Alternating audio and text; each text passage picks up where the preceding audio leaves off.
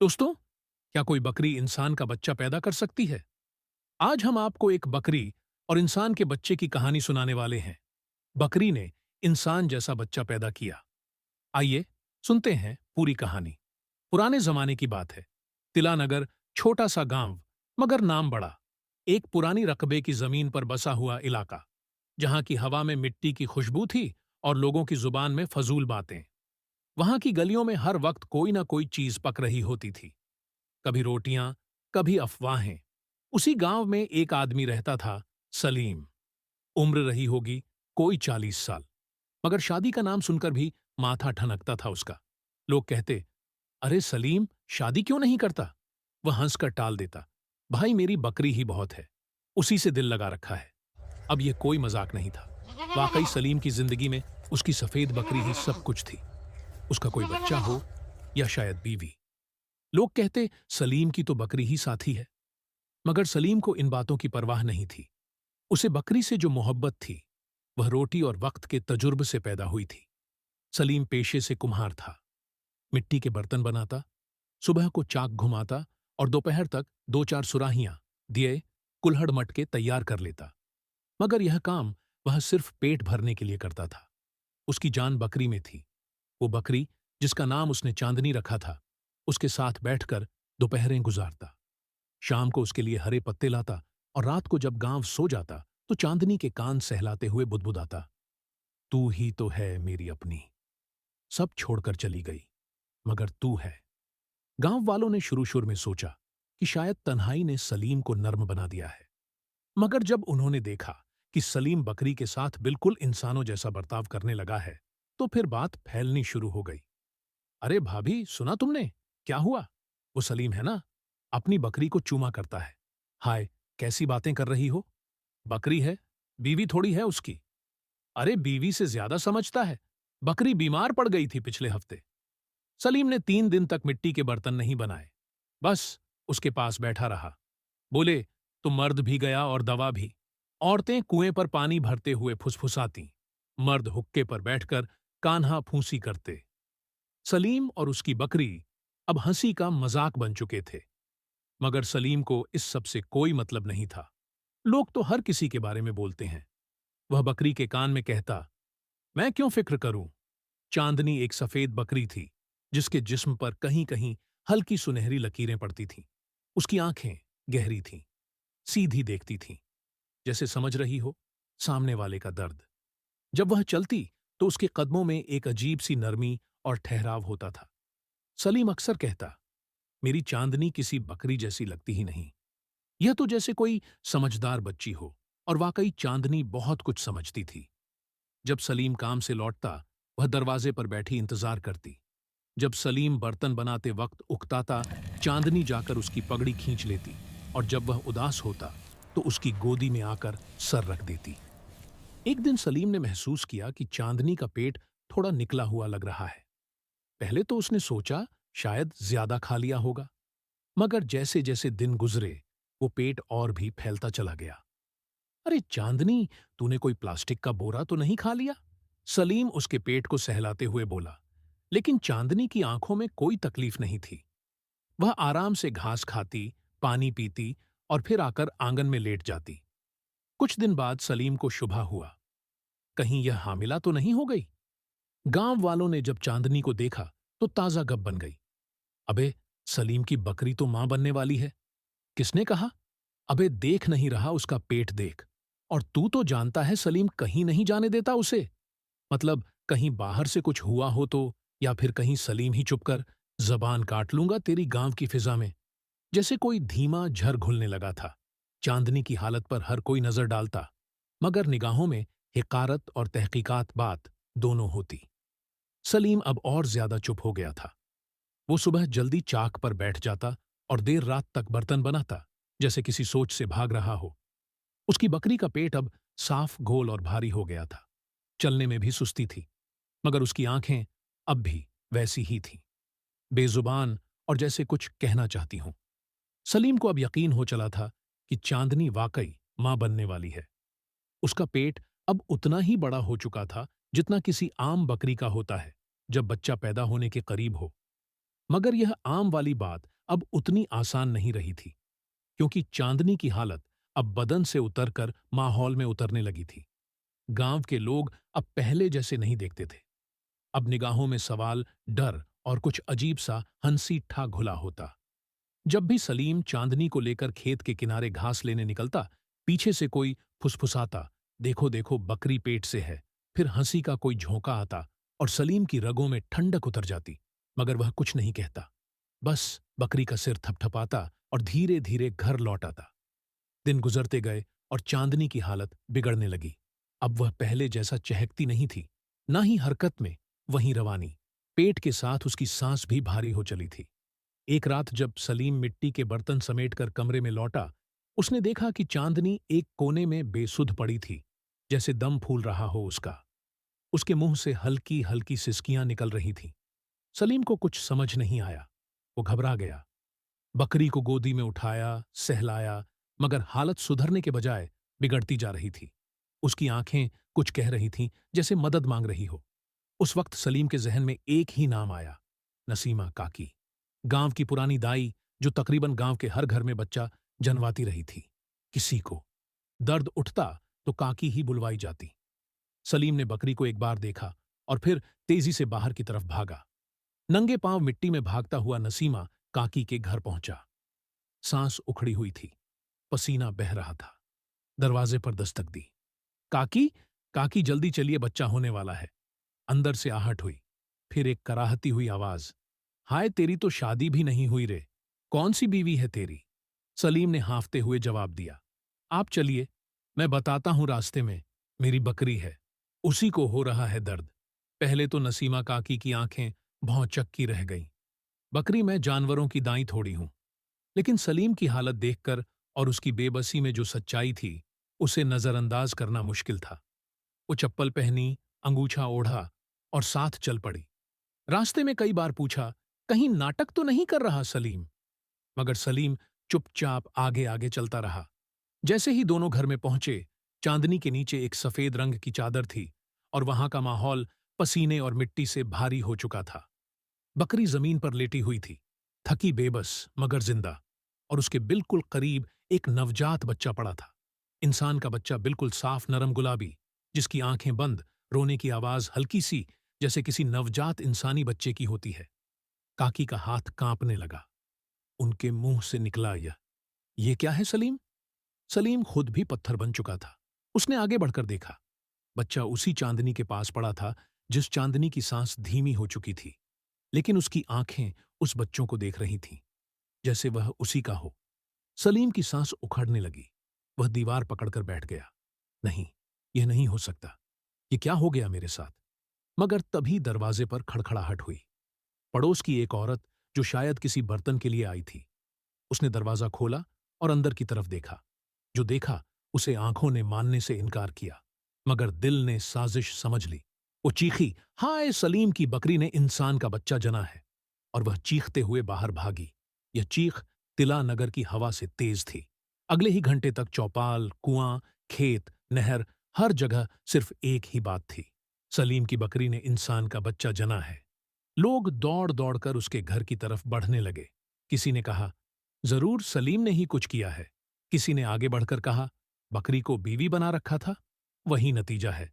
भीड़ बढ़ती गई, सवाल भी। सलीम का घर अब ताने और इल्जाम का निशाना बन चुका था। बाहर लोग गालियां बकते, ईंट पत्थर फेंकते। अंदर सलीम उस बच्चे को गोद में लिए बैठा था, जिसका ना तो वह नाम जानता था, ना नस्ल। नसीमा काकी को अब वहां रुकना मुनासिब नहीं लगा। उन्होंने कहा, मैं जा रही हूं। यह मुआला मेरे बस का नहीं। यह जो भी है, मेरी समझ से बाहर है। बकरी चांदनी अब भी बेसुध पड़ी थी, लेकिन सांसें चल रही थीं। और अब सवाल सिर्फ इतना नहीं था कि वह बच्चा कैसे आया। सवाल यह था कि क्या वाकई बकरी ने वह बच्चा जना था, या फिर कुछ और। भीड़ अब सलीम को बाहर निकालने के लिए गुस्से में उबल रही थी, और सलीम, वो दीवार से टिका हुआ गोदी में उस बच्चे को लिए चुपचाप बैठा था, जैसे सब कुछ समझता हो, मगर फिर भी कुछ ना बोल सकता हो, और शायद कुछ बताना चाहता हो, मगर कोई सुनना ही नहीं चाहता। पहले दो चार आदमी, फिर 10-20, फिर गांव के मर्द, और फिर उनमें से कुछ के हाथों में डंडे, लाठियां, पत्थर। दरवाजे पर किसी ने जोर से लात मारी। सलीम चौंका। कौन है? लेकिन जवाब में सिर्फ गालियां वहां आई। कोई चिल्ला रहा था, निकल बाहर बेहुदा, तुझे शर्म नहीं आई? बकरी को भी नहीं छोड़ा। दूसरा बोल रहा था, ऐसे आदमी को जिंदा जलाना चाहिए। कोई कहता, गांव की इज्जत मिट्टी में मिला दी इसने। दरवाजा फिर टूटा और भीड़ अंदर घुस आई। कुछ ने सलीम की कमीज पकड़ी, किसी ने उसके बाल खींचे, किसी ने उसके मुंह पर थप्पड़ मारा, और सलीम कुछ नहीं कर सका।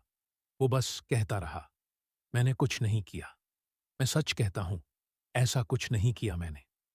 मगर भीड़ को अब उसकी बात नहीं सुननी थी।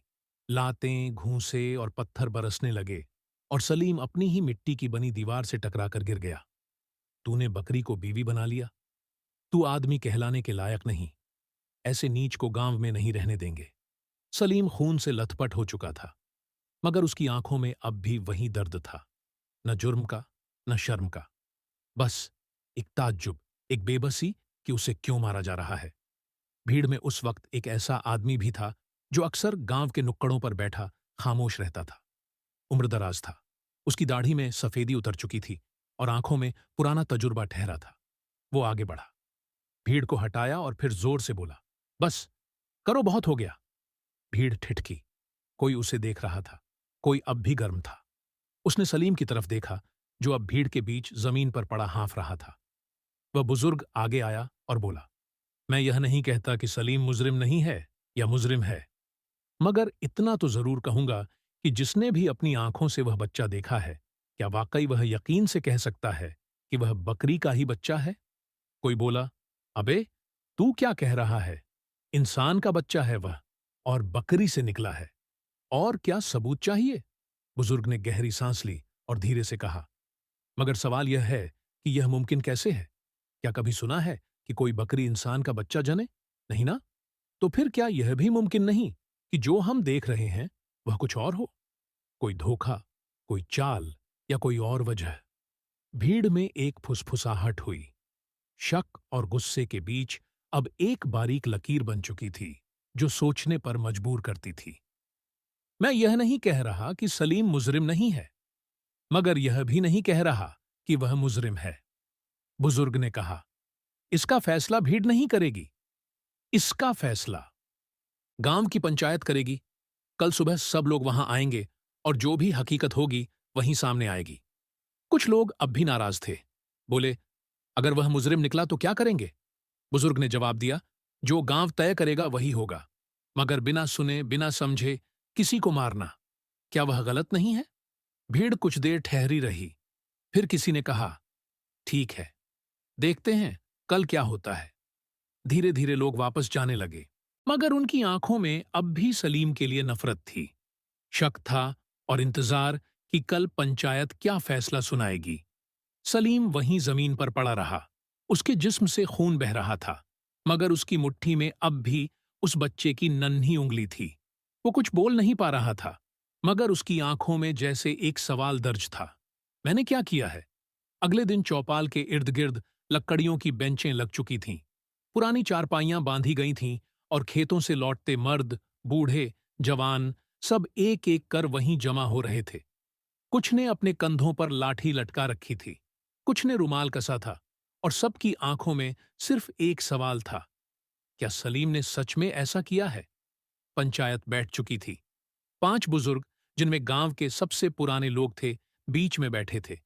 उनकी आंखों में थकान थी, मगर माहौल की संगीनियत ने उनकी कमरें सीधी कर दी थी। सामने सलीम खड़ा था, उसके चेहरे पर सूजन, आंख के नीचे हल्का नीला निशान, कपड़ों पर सूखा हुआ खून, और गोद में वह बच्चा जिसकी शक्ल पर आज भी उतनी ही सादगी थी जितनी उस रात थी। चुप्पी लंबी थी, और फिर एक आवाज आई, अब बोलो सलीम, क्या किया तूने?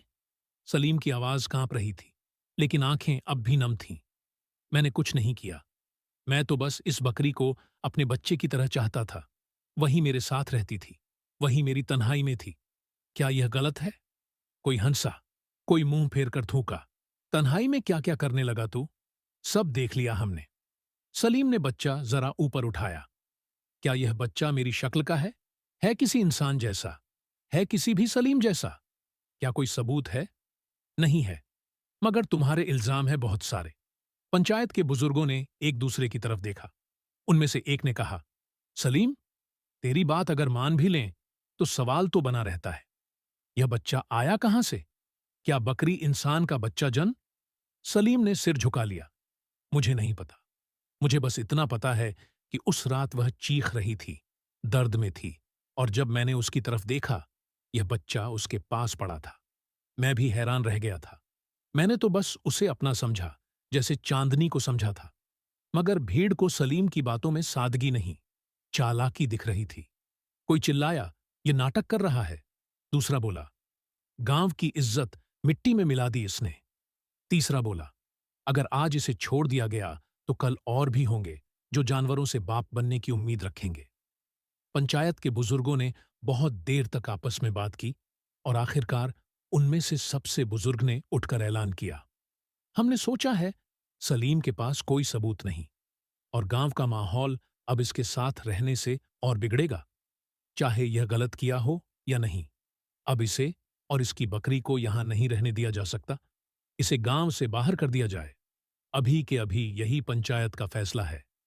एक गहरी खामोशी फैल गई। फिर धीरे धीरे वह खामोशी तालियों की जगह गालियों में बदल गई। भीड़ को जैसे मंजूरी मिल गई थी। अब वह और कुछ सुनना नहीं चाहती थी। सलीम वहीं बैठा रह गया, जैसे उसकी टांगों से जान निकल गई हो। कुछ पल बाद उसने बकरी को सहारा दिया, गोदी में बच्चा उठाया और उठ खड़ा हुआ। उसकी चाल धीमी थी, जैसे हर कदम पर जमीन उसे अपनी तरफ खींच रही हो। उसकी आंखों में आंसू थे, मगर वह उन आंसुओं को किसी के सामने गिरने नहीं देना चाहता था। कोई और होता तो शायद गालियां देता, जवाब में गालियां देता, मगर सलीम बस चुप रहा। गांव के बाहर एक पुरानी पगडंडी थी, जहां से लोग अपने कामों के लिए जाया करते थे या फिर कभी कभी अकेलेपन की तलाश में। आज उसी पगडंडी पर सलीम, उसकी बकरी और गोदी में एक बच्चा तीनों जा रहे थे। पीठ पर एक पुरानी चादर लटक रही थी। हाथ में वह लाठी थी जो अब उसके चलने का सहारा थी। कोई रास्ता नहीं मालूम था, कोई मंजिल नहीं सोची थी, बस चलना था। वहां से दूर, जहां किसी को उसका नाम भी याद ना हो, पीछे गांव था जहां वह पैदा हुआ, पला बढ़ा, मिट्टी के बर्तन बनाए, हंसा रोया, और जहां अब उसका नाम गंदगी बन चुका था। गांव की सरहद जब पीछे छूटती है तो सिर्फ जमीनें नहीं छूटती, साथ में यादें, आवाजें और वह चेहरे भी छूट जाते हैं जिनके सामने कभी अपना सर उठाया होता है और कभी इज्जत से मुस्कुराया भी। सलीम जब अपनी बकरी और उस इंसानी शक्ल वाले बच्चे को गोदी में लेकर तिला नगर की सरहद पार कर रहा था, तब उसका दिल जैसे अंदर से चुपचाप टूट चुका था। किसी से शिकायत नहीं थी, किसी से उलझाव भी नहीं, बस एक ऐसा जख्म था जिसे वक्त भी छूने से डरता। जंगल की वह पगडंडी जहां कभी गांव के चरवाहे जानवरों को लेकर आते थे, अब सलीम की जिंदगी का रास्ता बन चुकी थी। 2 दिन तक वह चलता रहा, सिर पर पुरानी चादर, एक हाथ में लाठी और दूसरे में वह बच्चा जिसकी पैदाइश ने उसकी दुनिया उलट दी थी। बकरी बीच बीच में रुक जाती, इधर उधर देखती, मगर जब सलीम उसे पुकारता चांदनी, तो वह सर झटकती और उसके पीछे चल पड़ती। आखिरकार तीसरे दिन दोपहर ढलते वक्त उसे जंगल के बीचों बीच एक ऊंचा टीला मिला, जिसके पीछे थोड़ी खुली जमीन थी और पास ही एक पानी की धार भी बहती थी। वहां कोई इंसानी बस्ती नहीं थी, न कोई आवाज, बस पेड़ों की सरसराहट, पत्तों की रगड़ और दूर से आती हुई पंछियों की पुकार। सलीम वहीं बैठ गया, थका हुआ जिस्म, मगर आंखें अब भी उस बच्चे को देख रही थीं जो उसकी गोदी में मुंह चिपकाए सोया पड़ा था, जैसे अब भी दुनिया से बेखबर है। उसी जगह उसने मिट्टी और लकड़ियों से एक छोटा सा झोपड़ा बनाना शुरू किया। पुरानी कुम्हारी आदतें अब जिंदा हो गई थीं। मिट्टी को पानी में भिगोना, उसे चाक जैसी शक्ल देना और फिर दीवारों में बदल देना, यह सब उसके लिए नई बात नहीं थी। सिर्फ अब वह मिट्टी के बर्तन नहीं, जिंदगी की नई दीवारें बना रहा था।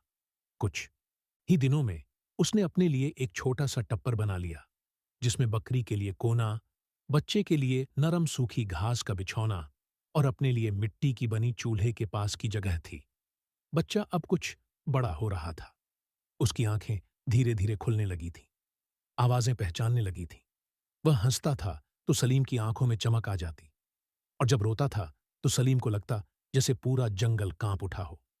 मगर सबसे ज्यादा हैरतअंगेज बात यह थी, चांदनी वो बकरी उस बच्चे से इस कदर लगाव करने लगी थी जैसे सच में वह उसी का बच्चा हो। वो बच्चे के पास ही लेटती, उसकी गोदी में मुंह डालकर उसे सूंघती और जब बच्चा जोर से रोता तो उसे चाटने लगती। कई बार सलीम बैठा उन्हें देखता तो सोचता, क्या यह मुमकिन है? फिर खुद से लड़ता, नहीं, ये शायद सिर्फ आदत है। चांदनी को उसके पास होने की आदत हो गई है। मगर जो भी था, उस रिश्ते में एक गहराई थी जिसे लफ्जों में बांध पाना मुश्किल था। जंगल में रहते हुए सलीम ने धीरे धीरे अपने पुराने हुनर को फिर से जिंदा करना शुरू किया। मिट्टी वहीं पास में थी, पानी की कमी नहीं थी और हाथों में अब भी वैसा ही हुनर था। वह दिन में बर्तन बनाता, सुराही, कुल्हड़, दिए, थालियां और फिर हफ्ते में एक बार शहर के करीब मंडी तक जाता। वहां इन्हें बेचता और फिर वापस लौटते वक्त बकरी और बच्चे के लिए कुछ ना कुछ लाता। कभी सूखे मेवे, कभी गर्म कपड़े, कभी लोहे की कटोरी, कभी लकड़ी का खिलौना। उन्हीं दिनों में उसने जंगल में घूमने वाले कुछ पालतू जानवरों को भी पालना शुरू कर दिया। पहले एक और बकरी मिली जो शायद किसी चरवाहे से बिछड़ गई थी। वह उसके पास आकर टिक गई।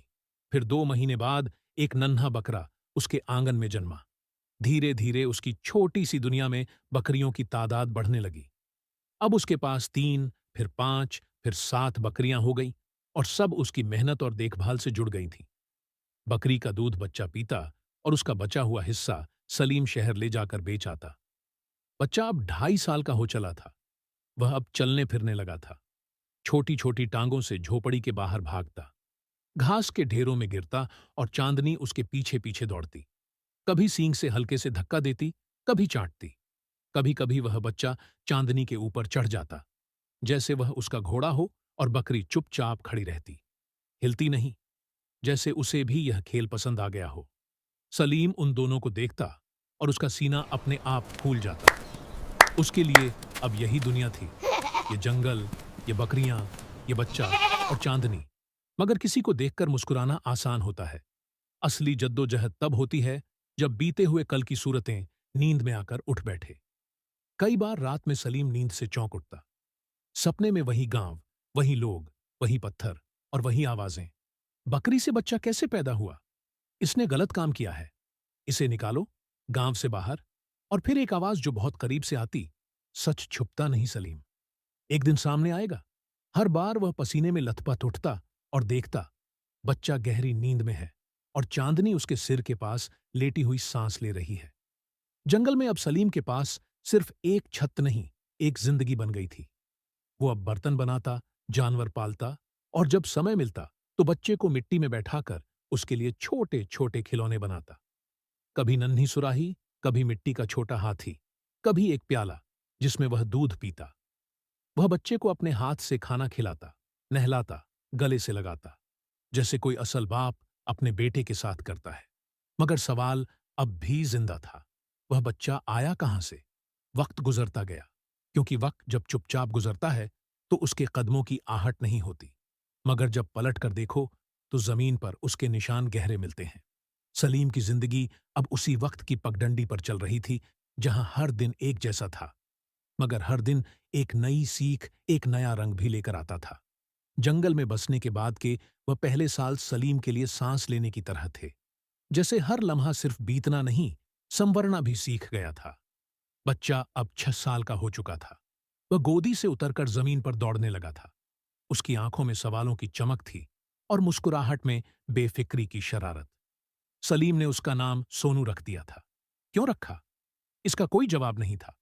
शायद इसलिए कि वह नाम हल्का था, सीधा और सलीम की तन्हाई के बीच एक मीठी पुकार बन गया था।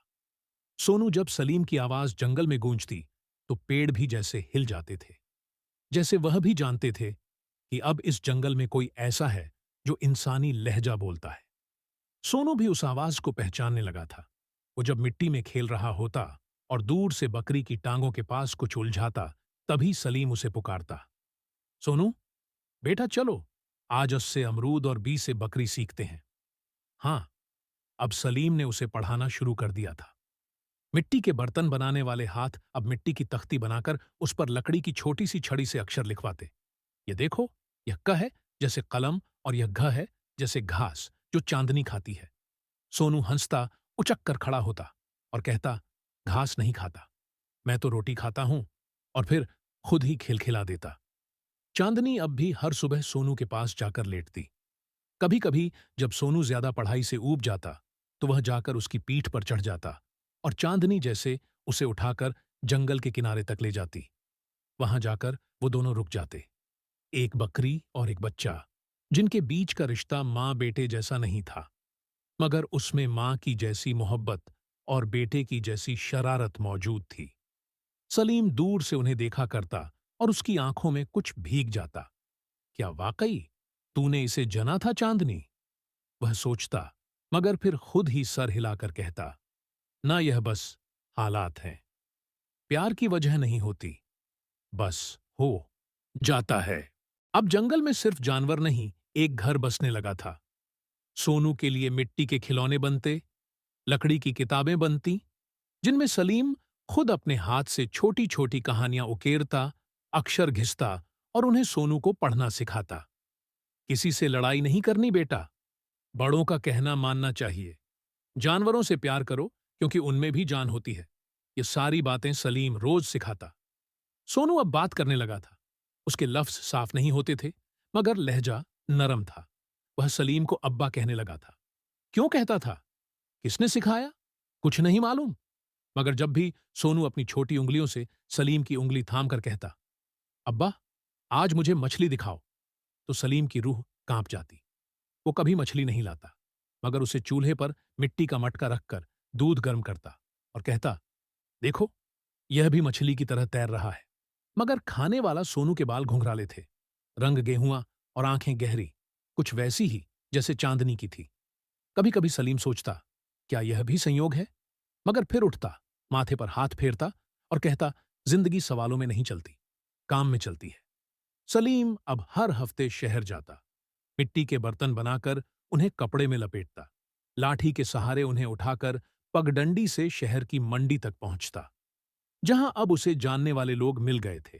वह नहीं जानते थे कि वह कौन है, कहां से आया है, मगर उसके बर्तनों की कारीगरी देखकर सब उसे मिट्टी वाला चरवाहा कहने लगे थे। सलीम मुस्कुरा देता, वह नाम ठीक था, मिट्टी से बना था वह, और अब फिर उसी में ढलता जा रहा था। हर बार जब वह शहर से लौटता तो सोनू उसके सामान को चेक करता। अब्बा, मेरे लिए क्या लाए? यह देखो, गुब्बारा और चांदनी के लिए, उसके लिए मीठा गुड़ और आपके लिए, मेरे लिए तुम दोनों हो। बस अब बारिशों में सलीम ने झोपड़ी की छत दुरुस्त करना सीख लिया था। ठंड में चूल्हे के पास मिट्टी की हंडियों में पानी गर्म करता और सोनू को नहलाता। बकरी के लिए अलग कोना बनाया था, जिसमें सूखी घास, भुट्टे के दाने और लकड़ी के एक छोटे बक्से में पुरानी चादर थी, जो अब उसकी चांदनी का बिस्तर बन गई थी। सोनू ने अब पेड़ पर चढ़ना भी सीख लिया था और नीचे उतरकर कहता, अब्बा देखो, मैं परिंदा बन गया। सलीम हंसता, नहीं बेटे, परिंदे उड़ जाते हैं, तू जमीन से जुड़ा हुआ है। जिंदगी वही है जहां ठहराव हो। तो क्या हम कहीं और नहीं जाएंगे? नहीं बेटा, जहां मोहब्बत हो वहीं रहना चाहिए। सोनू को अब तक यह नहीं मालूम था कि उसकी पैदाइश का सच क्या है, और शायद यह सच सलीम को भी नहीं मालूम था।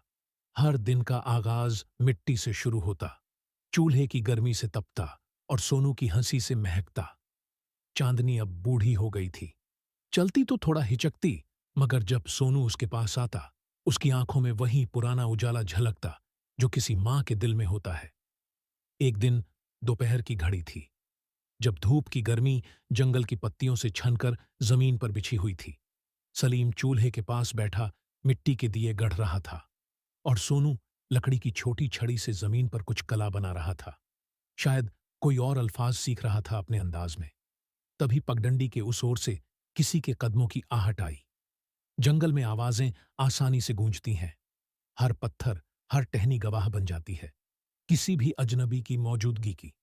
सलीम ने गर्दन उठाई और देखा कि कोई आदमी चला आ रहा है। उम्र कोई 30 साल के आसपास, गेहुआ रंग, साधारण कपड़े, मगर चाल में एक ठहराव था, जैसे रास्ता नया हो मगर मन को कहीं पहुंचना हो। वो आदमी झोपड़ी के पास आकर रुका। दोनों की नजरें मिली। एक पल की खामोशी के बाद उस आदमी ने धीरे से कहा, आदाब भाई साहब, यह यहां से दूध मिलेगा क्या? बकरी का दूध, सलीम ने गर्दन हिलाई। हाँ, मिलेगा। बैठो थोड़ी देर। वो आदमी एक पेड़ की जड़ पर बैठ गया। सांस कुछ फूली हुई थी। शायद दूर से पैदल आया था। सलीम ने चांदनी के पास जाकर कटोरी में थोड़ा ताजा दूध निकाला और उस आदमी को दिया। उसने चुपचाप पी लिया और फिर कटोरी हाथ में लेकर पूछ बैठा, आप यहां जंगल में रहते हैं? सलीम की आवाज सादी थी। हां, बहुत साल हो गए। अब तो यही घर है, यही शहर, यही दुनिया। अकेले रहते हैं। अकेला कहां? यह बच्चा है मेरा, सोनू, और यह बकरियां हैं। चांदनी सबसे पुरानी है। आदमी ने मुस्कुराकर सोनू की तरफ देखा, जो अब भी जमीन पर कुछ लिखने की कोशिश कर रहा था। सलीम ने पूछा, आप कहां से आ रहे हैं? वो आदमी बोला, मैं तिला नगर से आ रहा हूं। तिला नगर का नाम सुनते ही सलीम की उंगलियां मिट्टी पर रुक गई। सांस थोड़ी थमी, मगर चेहरा वहीं सादा रखा। तिला नगर, सलीम ने धीरे से दोहराया। हां, 3 महीने पहले मेरी शादी हुई वहां। एक लड़की है, सायमा, उसी से शादी हुई है। अब कुछ दिन के लिए उसकी अम्मी के घर गया था, तो सोचा जंगल भी देखता चलूं। किसी ने बताया था कि यहां एक बकरी वाला रहता है, बहुत अच्छे मिट्टी के बर्तन बनाता है। सलीम ने हल्का सा मुस्कुराया। अच्छा, और सुनाइए, बच्चा आपका ही है? सलीम ने गर्दन झुका ली, जैसे जवाब देने से पहले बहुत कुछ तोल रहा हो। फिर बोला, हां, मेरा ही है। अच्छा लड़का है, समझदार लगता है। नाम क्या रखा है? सोनू। सोनू अब थोड़ा पास आ गया था। उसकी प्यारी आंखें उस आदमी की तरफ देख रही थीं, जैसे उसकी आवाज में कुछ जाना पहचाना महसूस हो रहा हो। आदमी ने मुस्कुराकर सोनू की तरफ हाथ बढ़ाया। आओ, इधर आओ। क्या बना रहे हो जमीन पर? सोनू थोड़ा झिझकता हुआ उसके पास गया और उसके पास बैठ गया। उस आदमी ने प्यार से उसके बालों को सहलाया, जैसे वह पहले भी ऐसा कर चुका हो। फिर उसने हल्के से सोनू की ठुड्डी थामी और कहा, तुम बहुत प्यारे हो। बहुत। सलीम उन्हें देख रहा था। उसकी आंखों में शक नहीं था, मगर एक बेचैनी थी जो जुबान पर नहीं आ रही थी। सोनू अब उस आदमी की गोदी में चढ़ गया था और दोनों जैसे किसी पुराने रिश्ते को दोबारा जी रहे थे, बिना जाने बिना कहे। आदमी ने कुछ देर सोनू से बातें की। पढ़ाई करते हो? अब्बा क्या सिखाते हैं? बकरी से डर नहीं लगता? और सोनू हर सवाल का जवाब हंसते हुए देता। अब्बा मुझे रोज पढ़ाते हैं। चांदनी मेरी दोस्त है। थोड़ी देर बाद आदमी उठ खड़ा हुआ, जैसे वक्त कुछ कहे बगैर खत्म हो गया हो। उसने सलीम को आदाब किया और कहा, बहुत अच्छा लगा आपसे मिलकर, और सोनू से भी बहुत प्यारा बच्चा है। सलीम ने सिर हिलाया और कुछ नहीं बोला। जाते जाते उस आदमी ने एक बार फिर सोनू की तरफ देखा। उस नजर में एक ऐसी मोहब्बत थी जो लफ्जों से जाहिर नहीं होती। और फिर वह मुड़कर उसी रास्ते से चला गया जिस रास्ते से आया था। सलीम बहुत देर तक उसे जाते हुए देखता रहा। सोनू अब फिर मिट्टी में खेल रहा था और चांदनी उसके पास लेटी थी, मगर सलीम की आंखों में अब एक नई बेचैनी थी, जैसे कुछ सवाल फिर से जाग गए हों, जैसे किसी ने पुरानी राख कुरेद दी हो और अंदर से धीमा धीमा धुआं उठने लगा हो। उस रात जब सोनू सो गया, सलीम बहुत देर तक जागता रहा। उसने कई बार उस आदमी की सूरत को याद किया, उसकी बातें, उसकी चाल, और सबसे ज्यादा वह नजर जो सोनू को देखते वक्त उसकी आंखों में थी। अगले दिन सुबह का वक्त था। जंगल के ऊपर धुंध की पतली चादर तैर रही थी। पेड़ों की पत्तियां धीरे धीरे जाग रही थीं और उनके ऊपर बूंदों की फिसलन से एक मीठी सी आवाज पैदा हो रही थी। सलीम झोपड़ी से बाहर निकला, चूल्हे के पास जाकर लकड़ियां लगाई और चूल्हा सुलगाया। सोनू अब तक नींद में था। उसकी सांसें धीमी और नरम चल रही थीं और चांदनी उसके पांवों के पास बैठी थी, जैसे किसी पहरेदार की तरह। सलीम ने बाल्टी उठाई और बकरी के नीचे बैठ गया। दूध निकालने लगा। यह उसके हर दिन की सुबह थी, जैसे कोई रस्म हो जो उसने खुद से बांध रखी हो। मगर आज उसकी पीठ के पीछे कोई खामोश आहट थी। उसने हौले से गर्दन घुमाई और उसका हाथ रुक गया। 2 लोग सामने खड़े थे। एक वही आदमी जो कल आया था, और उसके साथ एक औरत साधारण कपड़े, सिर पर चुन्नी, चेहरे पर थकन और आंखों में कुछ ऐसा जो सलीम ने बहुत वक्त से नहीं देखा था। वो औरत साइमा थी। सलीम ने उठकर पास आकर देखा। उसके कदम धीमे थे, आंखों में सवाल भरे हुए। उसे याद नहीं आया कि उसने कब साइमा नाम की किसी लड़की को देखा था, मगर चेहरा अजनबी नहीं लगा। कुछ था उसकी आंखों में, कोई पुरानी सी आवाज जो दिल की गहराई से टकराती थी। साइमा की निगाहें किसी और को ढूंढ रही थीं, और जैसे ही उसकी नजर सोनू पर पड़ी, उसकी आंखें फटी की फटी रह गईं। सलीम कुछ समझ नहीं पा रहा था। वह बस इतना देख रहा था कि साइमा की आंखों से आंसू बहने लगे थे, मगर वह रो नहीं रही थी। वह तो जैसे टूट रही थी, और फिर अचानक उसने जैसे खुद को रोकना छोड़ दिया। वो आगे बढ़ी और सोनू की तरफ भागी। सलीम कुछ कहता रोकता, मगर तब तक वो सोनू को अपने सीने से चिपका चुकी थी। सोनू घबरा गया। अब्बा, यह कौन है? मगर साइमा कुछ नहीं बोली। उसने बस सोनू को थामे रखा, उसकी पीठ सहलाई, उसके माथे को चूमा, और फिर उसकी ठुड्डी थाम कर देखती रही। आंखों से अब आंसू बह रहे थे, जैसे किसी दरिया का बांध टूट गया हो। वो आदमी जो उसका शौहर था पीछे खड़ा था, मगर उसकी आंखें भी नम हो चुकी थीं। सलीम अब भी हैरान खड़ा था, जैसे उसकी जुबान ने जवाब देने से इनकार कर दिया हो। थोड़ी देर बाद सलीम ने आगे बढ़कर धीरे से पूछा, साइमा बहन, क्या बात है? आप लोग सोनू को ऐसे क्यों देख रहे हैं? क्या आप उसे पहचानती हैं? सायमा ने आंखें उठाई। उनमें जवाब नहीं था, सिर्फ सच्चाई थी। वह सच्चाई जो अब लफ्जों का सहारा चाहती थी। सलीम ने फिर कहा, आओ, अंदर चलो, बैठते हैं, बात करते हैं। चारों लोग सलीम, सोनू, साइमा और उसका शौहर अब झोपड़ी के पास रखी एक बड़ी चौकी पर बैठ गए। साइमा अब भी सोनू का हाथ थामे बैठी थी, और सोनू धीरे धीरे अब उसे देखकर मुस्कुरा रहा था, जैसे उसने भी कोई रिश्ता महसूस किया हो, कोई अजनबीपन की परत के नीचे से आती मोहब्बत की लहर। सलीम की आंखें अब भी बेचैन थीं। वह चाहकर भी समझ नहीं पा रहा था कि यह सब हो क्या रहा है। कल तक सब कुछ साफ था, उसका अकेलापन, सोनू की सादगी और जंगल की तन्हा ठंडी फिजा। मगर आज आज हर चीज में एक सवाल भर गया था। साइमा ने थोड़ी देर बाद सलीम की तरफ देखा। आवाज भरी हुई थी, मगर साफ। भाईजान, आप सोनू को कब से जानते हैं? सलीम ने हौले से जवाब दिया। वह 6 साल पहले मेरी बकरी चांदनी एक रात उसने जन्म दिया था, और जब मैंने देखा तो यह बच्चा उसके पास पड़ा था।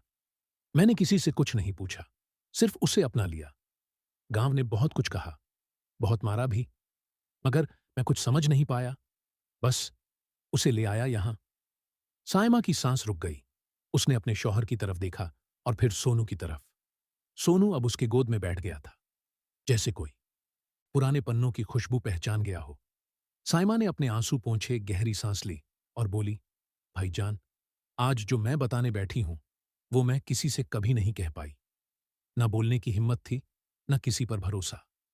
लेकिन अब वक्त आ गया है। सच छुपाने का कोई फायदा नहीं।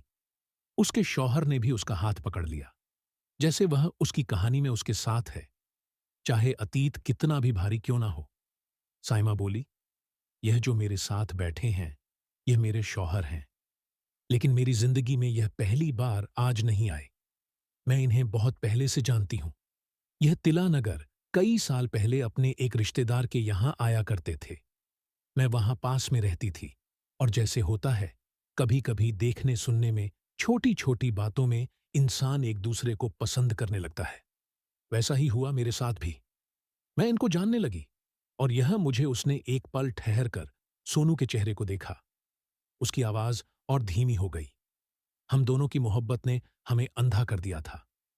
भाईजान, हमने वो गलत काम कर लिया जो शादी से पहले नहीं करना चाहिए। हम दोनों को लगा था कि हमारा वक्त अच्छा है, सब ठीक हो जाएगा, शादी भी हो जाएगी। मगर तभी इनके घर से बुलावा आ गया। इनके बाप की तबीयत बहुत खराब हो गई थी। यह इतने जल्दबाजी में गए कि सोचने का भी मौका नहीं मिला।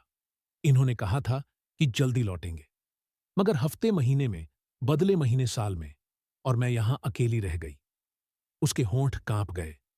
बहुत वक्त तक मुझे यह पता नहीं चला कि मैं हामिला हूं। जब मालूम हुआ तो काफी देर हो चुकी थी। मेरा दिल ऐसे धड़क रहा था जैसे किसी ने सीने में पत्थर रख दिया हो। मेरे घर में सिर्फ मेरी अम्मी है, वह भी आंखों से देख नहीं सकती। उन्हें पता ही नहीं चला कि मेरे पेट में किसी की सांसें पल रही हैं। मेरे अब्बा का मेरे बचपन में ही इंतकाल हो गया था। घर में बस मैं और एक बूढ़ी अम्मी और हमारा छोटा सा घर। साइमा की आंखें भर आई। 9 महीने मैंने जैसे तैसे कांटे छिपकर, डरकर, हर किसी की नजरों से बचकर मेरा दिल रोता था। मगर मैं किसी से बोल भी नहीं सकती थी। गलती मेरी भी थी, सिर्फ इनकी नहीं। दोनों की थी, मगर अंजाम मुझे अकेले भुगतना पड़ा। उसके गालों पर आंसू लुढ़कने लगे। उसने सोनू का हाथ थाम लिया, जैसे उसे खो देने के डर ने फिर उसे जकड़ लिया हो। फिर 9 महीने बाद मेरा बेटा पैदा हुआ। यह मेरा बेटा, मेरा खून, मेरी सांसें, मेरी गलती, मेरी जिम्मेदारी। उस पल सोनू उसकी गोद में सिमट गया था। शायद उसे कुछ समझ ना आता हो, मगर एक मां का साया बच्चा हमेशा पहचान लेता है। साइमा ने आगे कहना शुरू किया, लेकिन भाईजान, मैं उस बच्चे को अपने पास रख भी नहीं सकती थी। बदनामी का डर, गांव वालों की जुबानें, अम्मी की हालत और ऊपर से मैं अकेली। मैं टूट चुकी थी। कोई रास्ता नहीं था। कोई नहीं था जो मुझे बताए कि मैं क्या करूं। उसके शौहर ने अपने दोनों हाथों से उसका कंधा थाम लिया। शायद वह भी अब समझ रहा था कि उसकी गैर हाजिरी ने कितनी बड़ी चोट दी थी। साइमा बोली, यही वह वक्त था जब मुझे पता चला कि आपकी बकरी का पेट बढ़ रहा है। गांव में हर बात तेजी से फैलती है।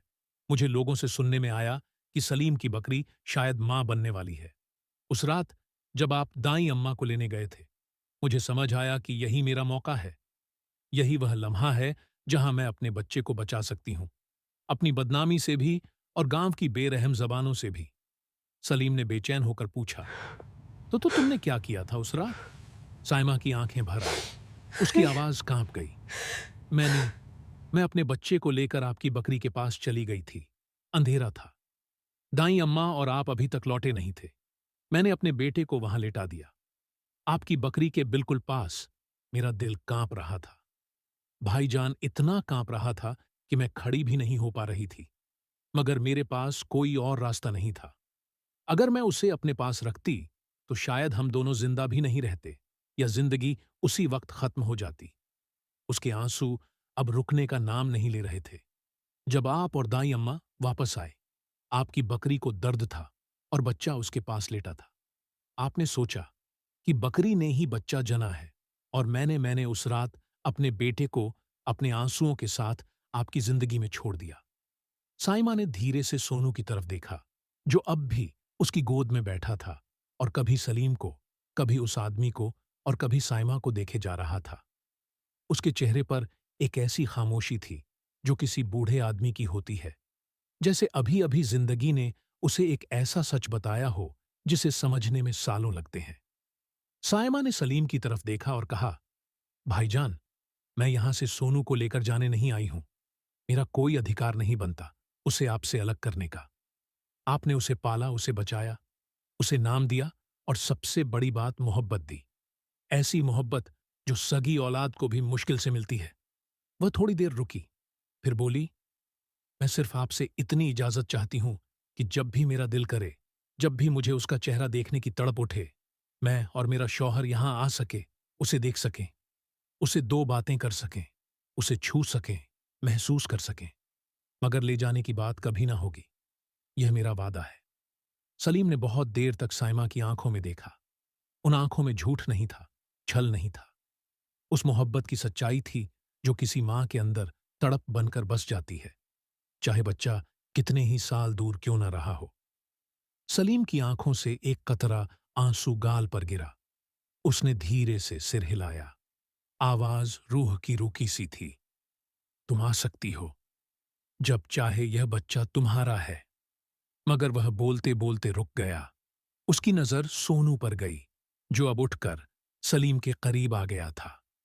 उसकी आंखें जैसे सब कुछ सुन रही थी, सब समझ रही थी, मगर दिल अब भी यकीन करने को तैयार नहीं था। सलीम ने धीरे से सोनू की ओर हाथ बढ़ाया। बेटा, सोनू वहीं खड़ा रहा। उसकी आंखों में ऐसा खालीपन था जैसे उसके अंदर से किसी ने कुछ निकाल लिया हो। सलीम ने फिर से पुकारा, सोनू, इधर आओ। सोनू हिला नहीं, वो बस देखता रहा। फिर अचानक उसकी आंखों से आंसू बहने लगे और बिना कुछ कहे वो दौड़कर सलीम से लिपट गया।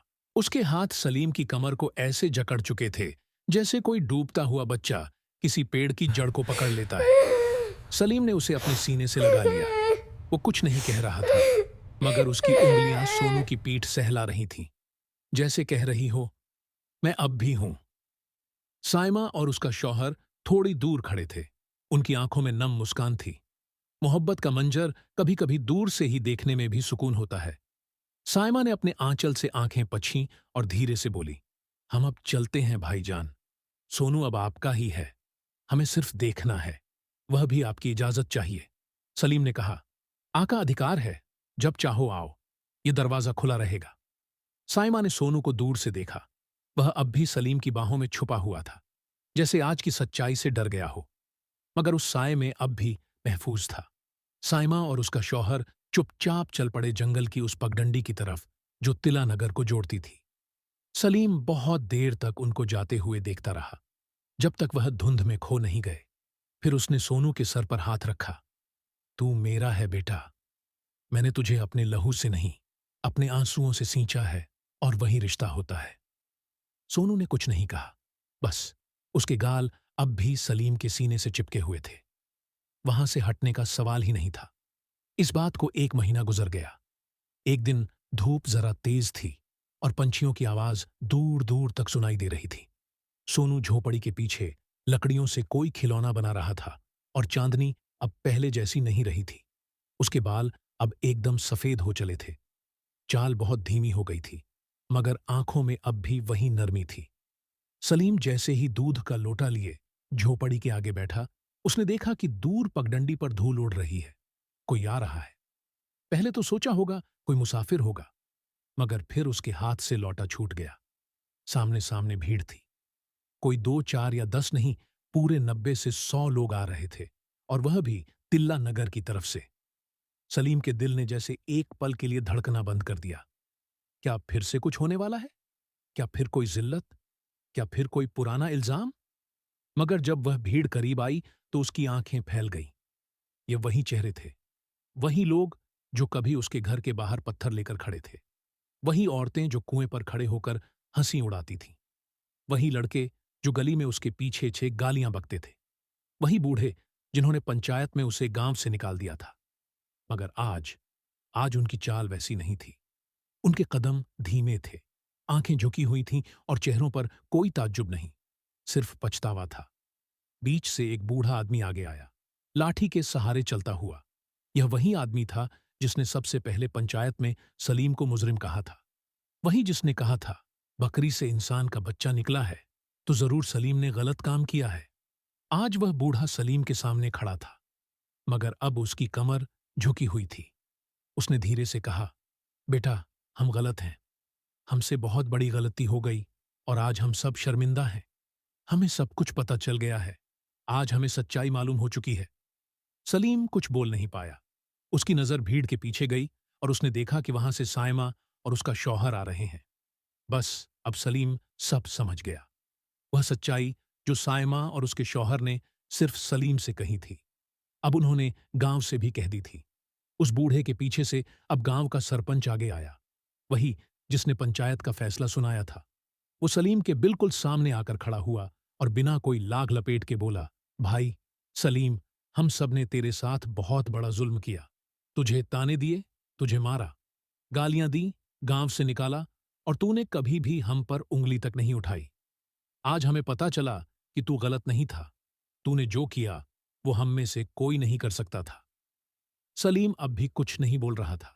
उसकी आंखें बस सोनू को ढूंढ रही थीं, जो इस भीड़ के बीच डर से कोने में खड़ा था। सलीम ने हाथ फैलाया। आ बेटा, डर मत। सोनू दौड़कर उसके पास आया और उसके सीने से लग गया। अब सलीम की आंखें भीग गईं। सरपंच बोला, आज हम सब तुझसे माफी मांगने आए हैं। अब तुझसे कोई नफरत नहीं करता, कोई शक नहीं करता। तू गांव का बेटा है, और तुझे इज्जत के साथ वापस लाया जाएगा।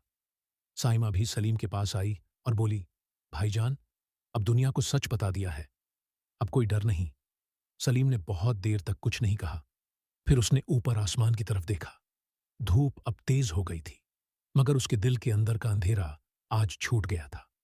उसने गहरी सांस ली और बोला, मैं वापस चलने को तैयार हूं, मगर एक शर्त है।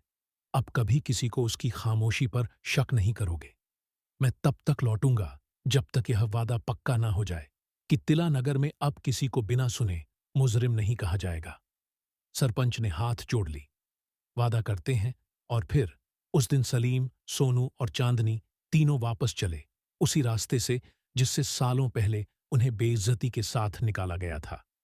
मगर आज गांव के लोग उनके आगे आगे चल रहे थे, फूलों की बारिश कर Thank you, रहे थे brothers and और कह रहे थे, sisters. It's Salim good to be वापस आया home. है। तिला नगर का बेटा वापस आया है। सलीम की आंखों में आंसू थे, मगर इस बार वो आंसू दर्द के नहीं, इंसाफ और मोहब्बत के थे। सोनू उसकी He उंगली is थामे चला जा finally रहा था here. और Welcome चांदनी अब home, भी brother. धीरे धीरे उनके पीछे चली आ I रही am थी, so happy to जैसे see all वक्त of की you एक again. बूढ़ी गवाह और अब मुस्कुराकर लौट रही थी। तिला नगर में एक बार फिर चूल्हे जले, एक बार फिर मिट्टी के बर्तन बने, और इस बार उस मिट्टी में इज्जत, सच्चाई और मोहब्बत की खुशबू भी शामिल थी।